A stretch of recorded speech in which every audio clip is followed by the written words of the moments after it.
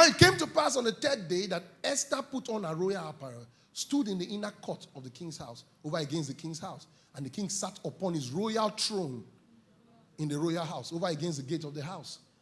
And it was so when the king saw Esther, the queen, standing in the courts, I will enter his gates with thanksgiving and his courts. So what is she doing in the court? Court signifies praise. I will enter, mark that his court with what? Praise. So standing in the court is what? Standing in a place of praise. So what did Esther do when she was sentenced to death? Go back to scripture for me. And the king looked at her. Where was she standing? Where was she standing? Where is the place of the court? The place of what? Praise. So what was Esther doing in the spirit? She was in the place of praise. What happened immediately? She obtained favor in his sight.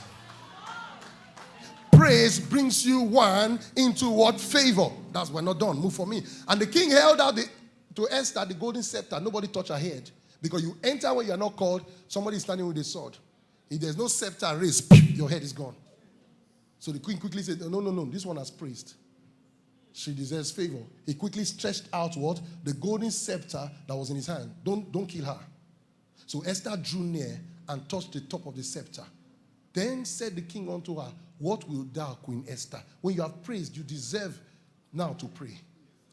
And what is thy request? It shall be given thee to the half of the kingdom, because you have praised. The kingdom is yours, but you don't possess because you don't praise. The king said to her, what wilt thou, Esther? What's your request? Shall be given to you to the half of the kingdom. And Esther answered, if it's good to the king, let the king and Haman come this day to the banquet that I have prepared for him. So the key to getting something from God is not really the prayer.